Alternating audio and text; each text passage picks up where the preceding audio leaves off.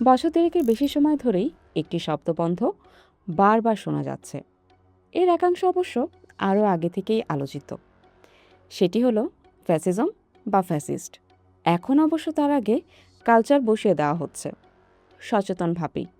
আর এই পুরো cultural fascism শব্দবন্ধটি আবার বিভিন্ন সাংস্কৃতিক উপাদানের সামনে বসিয়ে সেগুলোকে সিল মেরে দেওয়ার চেষ্টা চলছে। এটিও হচ্ছে সাজানো গোছানো উপায়। তাতেই বোঝা যায় ব্যাপারটি আদতে দীর্ঘ সময়ের পরিকল্পনার ফসল। শিরোনাম দেখে নিশ্চয়ই বোঝা গেছে পয়লা বৈশাখের প্রথাগত উদযাপনকে কালচারাল ফ্যাসিজমের উদাহরণ হিসেবে তুলে ধরার দাবি বা ইনিয়ে বিনিয়ে বলার চেষ্টা নিয়েই এই লেখা। আগে একটি কথা বলে নেওয়া ভালো যে শুধু পয়লা বৈশাখ নিয়েই এমন চলছে না, আরও কিছু সাংস্কৃতিক উপাদানকেও এমন ট্যাগ দেওয়ার চেষ্টা চলছে। সেসব কি বিস্তারিত আলোচনা করাই যায়, তবে আলোচনাকে গণ্ডিবদ্ধ করার স্বার্থেই এবার কেবল পয়লা বৈশাখ নিয়েই কথা বলা যাক। পয়লা বৈশাখ হলো বাংলা সালের প্রথম দিন। এই নামের দিবসটা মূলত বাঙালিরাই উদযাপন করে থাকে। নৃগোষ্ঠী হিসাব করলে এটি শুধু বাঙালিদেরই দিবস। অন্য নৃগোষ্ঠী মানুষদের জন্য কোনো তাৎপর্য বহন করে না পয়লা বৈশাখ। তাদের বর্ষবরণ উৎসবের নাম অন্য, সংস্কৃতিও ভিন্ন। চাকমাদের যেমন বিজু, মারমাদের সাংরাই, তঞ্চঙ্গদের বিশু ইত্যাদি ইত্যাদি। অবশ্য বাংলাদেশের বাস্তবতায় সংখ্যাগুরু জনতার পালিত উৎসব হিসেবে পয়লা বৈশাখ নামটির আলাদা এক ধরনের আধিপত্য পরিলক্ষিত হয়। তা অবশ্য দেশে দেশেই দেখা যায়, অনেকটা গণতন্ত্রের মতো করেই। অর্থাৎ এটি কেবলই বাঙালি সংস্কৃতির নতুন বছর বরণ সংক্রান্ত একটি উদযাপন, অন্তত ব্যুৎপত্তিগত দিক থেকে। এবং এর শুরুর সাথে কৃষি, রাজশাসন, ফসল, খাজনা বা ট্যাক্স ইত্যাদি অনেক বিষয় সংশ্লিষ্ট ছিল। শুধুই উদযাপনের জন্য পয়লা বৈশাখের সৃষ্টি হয়নি, হয়েছে প্রশাসনিক, অর্থনৈতিক, রাজনৈতিক ও শাসনতান্ত্রিক কারণে। বৈষয়িক প্রয়োজনে সৃষ্ট একটি দিনের উদযাপন ধীরে ধীরে সংস্কৃতির একটি উপাদানে পরিণত হয়েছে এবং তার জন্য অতিক্রান্ত হয়েছে 450 বছরেরও বেশি সময়। আর এখন বলার চেষ্টা হচ্ছে বা বলা হচ্ছে কালচারাল ফ্যাসিজমের প্রতীক পয়লা বৈশাখ। এই উপলক্ষে মঙ্গল শোভাযাত্রা করা উচিত নয়, এটি ধর্মীয় বিভেদ সৃষ্টি করে, ইত্যাদি ইত্যাদি। শুধু পয়লা বৈশাখ নয়, এর সঙ্গে আরও কিছু সাংস্কৃতিক উপাদানেও এই কালচারাল ফ্যাসিজম ট্যাগ লাগিয়ে দেওয়া হচ্ছে। মূল আলাপ হলো 2024 সালের জুলাই আগস্টে হওয়া গণ অভ্যুত্থানে যে ফ্যাসিবাদী শক্তি দাবিকৃত রাজনৈতিক দলকে রাষ্ট্র ক্ষমতা থেকে সরিয়ে দেওয়া হয়েছিল, সেই ফ্যাসিবাদী শক্তির বৈশিষ্ট্য বা লিগ্যাসি এসব সাংস্কৃতিক উপাদানের মধ্যে আছে বলে দাবি করা হয়। প্রশ্ন উঠতেই পারে, ফ্যাসিবাদী শক্তি আসলে কি? ফ্যাসিবাদের লক্ষণ কি? কি বৈশিষ্ট্যের বলে একটি সত্তা ফ্যাসিবাদী হয়ে ওঠে? চলুন এসব জানা যাক। ফ্যাসিজম একটি রাজনৈতিক আদর্শ। ইয়েল ইউনিভার্সিটির দর্শনের অধ্যাপক Jason Stanley how fascism works নামে একটি বই লিখেছিলেন, যা 2020 সালে প্রকাশিত হয়েছিল। বইটিতে ফ্যাসিবাদের সংজ্ঞা দিতে গিয়ে স্ট্যানলি বলেছেন, ফ্যাসিজমের ভিত্তি হলো আমরা ও তারা, এর মধ্যে একটি নৃতাত্ত্বিক বিভেদ তৈরি করা। একটি উগ্র নৃতাত্ত্বিকগত জাতীয়তাবাদ ফ্যাসিবাদের মূল ভিত হিসেবে কাজ করে। মিথজাত অতীতের নস্টালজিয়া তৈরি করে ফ্যাসিবাদ সেটিকে ভিত হিসেবে ব্যবহারের চেষ্টা করে, যেখানে একটি নির্দিষ্ট গোষ্ঠীর সদস্যদের একটি সাম্রাজ্য ছিল এবং বর্তমানকে সেই সাম্রাজ্য হারানোর ক্ষেত্র হিসেবে উপস্থাপন করে। মিথের মতো করে ব্যবহৃত ওই অতীত সাম্রাজ্যে এই নির্দিষ্ট গোষ্ঠীরই প্রবল প্রতাপের উপস্থিতি দেখা যায়, সেটি যেমন সামরিকভাবে তেমনই রাজনৈতিক ও সাংস্কৃতিকভাবেও। নিউ ইয়র্কের কলম্বিয়া ইউনিভার্সিটির সমাজবিজ্ঞানের এমিরিটাস অধ্যাপক রবার্ট প্যাক্সটন মনে করেন, ফ্যাসিবাদ হল রাজনৈতিক চর্চার এমন এক ধরন যা জনপ্রিয় উদ্দীপনা জাগিয়ে তুলতে উৎসাহ দেয় এবং এ কাজে খুবই সূক্ষ্ম প্রোপাগান্ডা কৌশল ব্যবহার করে থাকে। প্যাক্সটন আরও মনে করেন, ফ্যাসিবাদ কিছু নির্দিষ্ট ঘরানার প্রোপাগান্ডাকে উস্কে দিতে চায়।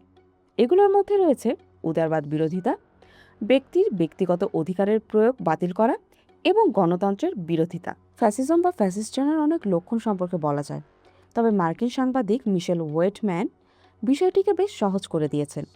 Non profit news organisation ShastaScout.org এর এই সহযোগী সম্পাদক এক নিবন্ধে মোট 3টি প্রশ্নের উত্তর খুঁজতে বলেছেন।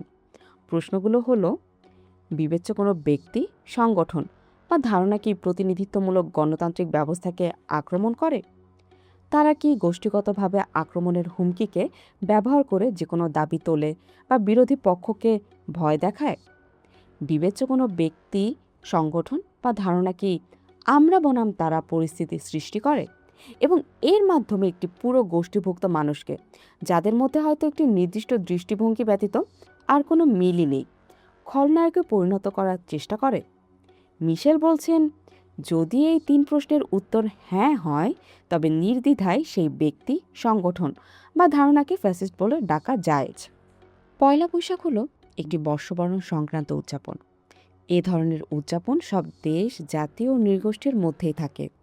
নৃগোষ্ঠীগত ভেদে এই উদযাপনও ভিন্ন ভিন্ন হয়। তেমনি পয়লা বৈশাখও কেবল বাঙালিদের উদযাপন এবং সেটি শুধু বাংলা সনকে কেন্দ্র করেই।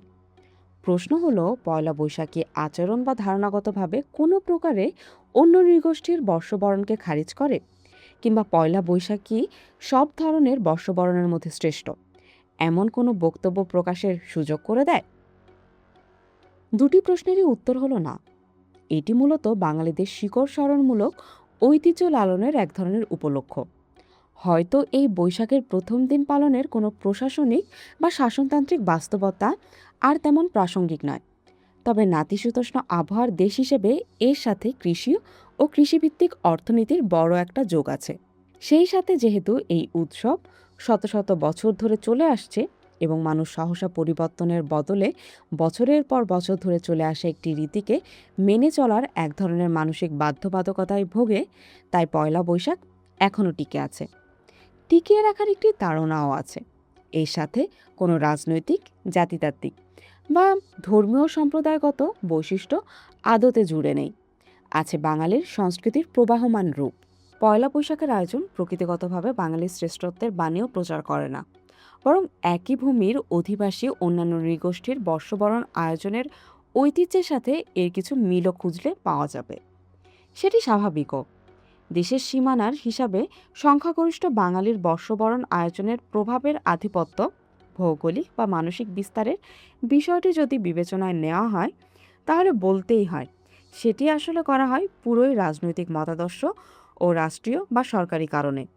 নিশ্চয়ই এদেশের পার্বত্য এলাকায় নিবিড় পর্যবেক্ষণ চালালে তেমন বৈশিষ্ট্য ধরা পড়বে, কিন্তু সেই আগ্রাসন বা আধিপত্যের কারণ কোনোভাবে পয়লা বৈশাখ নামে দিবস নয়, বরং এর উদ্দেশ্যমূলক ব্যবহারের বিষয়টি মূল, এবং সেই ব্যবহারটিও বেশিরভাগ ক্ষেত্রে স্টাবলিশমেন্ট জড়িত।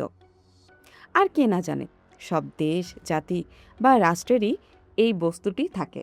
পয়লা বৈশাখ নামীয় ধারণাটি বা দিবসটি কোনো গণতান্ত্রিক ব্যবস্থাকে আক্রমণ করে না, স্বৈরতান্ত্রিক ব্যবস্থার গুণগানও গায় না। হ্যাঁ, স্বৈরতান্ত্রিক রাজকর্মসূচি হিসেবেই এর শুরু, তবে পরে এর চরিত্র আপামরের হয়ে উঠেছে অনেকটাই, কারণ সাধারণের মধ্যে আগে থেকেই চালু থাকা এই বিষয়কেই স্বীকৃতি দেওয়া হয়েছিল শাসনতান্ত্রিকভাবে। পয়লা বৈশাখ গোষ্ঠীগতভাবে আক্রমণের হুমকি দেয় না, এমনকি আমরা বনাম তারা পরিস্থিতির সৃষ্টিও করে না। অন্তত এই উৎসবের মূলে তেমনটা নেই। এটি পালনের কোনো রীতিতে সেরকম হুমকি কখনো প্রতিভাত হয় না। সেটি যদি কখনো হয়ও, তাহলে তা অন্য আরেকটি নৃগোষ্ঠীর বিরুদ্ধে হতে হবে। কিন্তু দেখা যাচ্ছে পয়লা বৈশাখে কালচারাল ফ্যাসিজম অভিহিত করা দাবিটি আদতে উঠছে বাঙালিদের মধ্য থেকেই, একেবারে সুনির্দিষ্ট করে বললে ধর্মভিত্তিক দৃষ্টিকোণকে উপজীব্য করে। কিন্তু পয়লা বৈশাখ উদযাপনের কোনো অনুষঙ্গেই সাম্প্রদায়িক দৃষ্টিভঙ্গি নেই। এটি বরং অসাম্প্রদায়িক দৃষ্টিভঙ্গির জন্য সুবিদিত। এর সাথে ধর্মের কোনো সম্পর্ক নেই। যেটি আছে সেটি হলো বাংলার সংস্কৃতির বিবর্তনের ধারা। এটি ইতিহাসের অংশ। সেসব চিহ্ন চাইলেও মুছে ফেলা সম্ভব না। আর যদি পরিবর্তনের স্বাভাবিক ধারার বদলে জোর করে মুছে ফেলার চেষ্টা করা হয়, তখনই ওই প্রক্রিয়াটি হয়ে ওঠে স্বৈরতান্ত্রিক। তাই যখন এর বিরোধিতা এমন সম্পর্কহীন একটি চিন্তা থেকে হয়, দিবস পালনের ক্ষেত্রে শালীন হওয়ার পূর্বশর্ত দেওয়া হয়, তখন বুঝতে হয় একটি ধারণা চাপিয়ে দেওয়ার চেষ্টা চলছে, আরোপ করা হচ্ছে। এর সাথে সাথে অস্তিত্বহীন করে দেওয়ার একটি হুমকিও থাকে জোরে সোরে। অর্থাৎ একটি উৎসবকে টিকে থাকার স্বার্থে একটি গোষ্ঠীর মনমতো রূপ পরিগ্রহের চাপ দেওয়া হচ্ছে। তাহলে ফ্যাসিবাদী আসলে কোনটা, যেটি নতুন রূপ ধারণের চাপে আছে, নাকি যে চাপ দিচ্ছে? আশা করা যায় এত দীর্ঘ আলোচনার পর অন্তত এ দুটি প্রশ্নের উত্তর পাওয়া আর কঠিন নয়। কথা হলো, পয়লা বৈশাখের মতো একটি বর্ষবরণ উৎসবকে যদি ফ্যাসিবাদের প্রতীক হিসেবে দেখানোর চেষ্টা চলে, তাহলে সেই হিসাবে ইংরেজি বছরের নিউ ইয়র্কেও একই দোষ দেওয়া যায়। এমনকি চাকমাদের বিজু, মারমাদের সাংরাই, তঞ্চঙ্গদের বিশু ইত্যাদিকেও একই তকমা দেওয়া যায়। তখন এক কথায় উৎসব মাত্রেই কালচারাল ফ্যাসিজম হয়ে উঠতে পারে। কারণ পয়লা বৈশাখ শুধু একটি নির্দিষ্ট ভূমির অধিবাসীদের কেন্দ্র করে পালিত হয়, তাতে সম্প্রদায় বা বর্ণভেদ নেই। কিন্তু স্বাভাবিক রীতিতেই অন্যান্য নানা উৎসবে ভিন্ন ভিন্ন সীমা থাকে, প্রয়োজনের খাতিরেই। তাহলে কি এই সবই ফ্যাসিবাদের প্রতীক হয়ে যাবে, নাকি কেউ মেনে নেবে তেমনটা? আসলে এই স্বাধীন দেশে আমরা নিজেরাই ভেদাভেদ সৃষ্টির চেষ্টা চালাচ্ছি ক্রমাগত। কর্তৃপক্ষীয় ইচ্ছাও সেখানে অনুঘটক বটে। তাই আবহমান বাংলার অসাম্প্রদায়িক প্রতীকও এদেশে কলুষিত হয়, নষ্ট হয়। এতে করে ক্রমশ আরেকটি চরম বিভক্ত সমাজের দিকেই আমরা এগিয়ে চলেছি, একটি সম্মিলিত ঘেন্না উৎপাদন কার্যক্রমের মাধ্যমে। এই প্রবল অযৌক্তিক ঘেন্নায় দিনের শেষে আমাদের যে কোনো উৎসবকে মাটি করে দেওয়া ছাড়া আর কোনো কিছু অর্জন হবে না। এই বঙ্গের মানুষ এখন সেটিকেই সঞ্চয় ভেবে মনের বাক্সে জমা রাখবে কি? এই প্রশ্নের উত্তরেই লুকিয়ে বাংলাদেশের মানুষের ভালো থাকার ভবিষ্যৎ।